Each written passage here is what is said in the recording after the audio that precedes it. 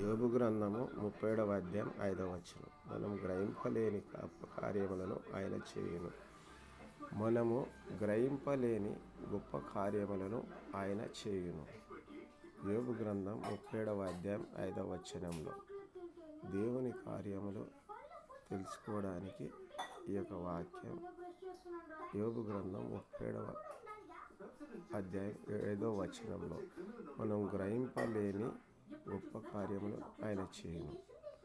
మనం గ్రహింపలేని గొప్ప కార్యాలు చేయాలంటే దేవుని ఉద్దేశాలను, దేవుని యొక్క క్రియలను, దేవుని యొక్క సంబంధమైన ప్రతి విషయం కూడా మనం జాగ్రత్త వహిస్తూ ఆయన చెప్పిన విషయాలన్నీ బయలుపరిచి అన్నీ గ్రహించి వీటి ప్రకారంగా అవలంబించి వాటి క్రియారూపం చేసినప్పుడు క్రియలేని జీవితం మృతత్వంతో సమానం అన్నాడు. క్రియ ఉంటేనే ప్రభు యొక్క నామంలో మనం క్రియ జీవితంలో బ్రతికినంతకాలం మనం మృతులం కాదు అని తెలియ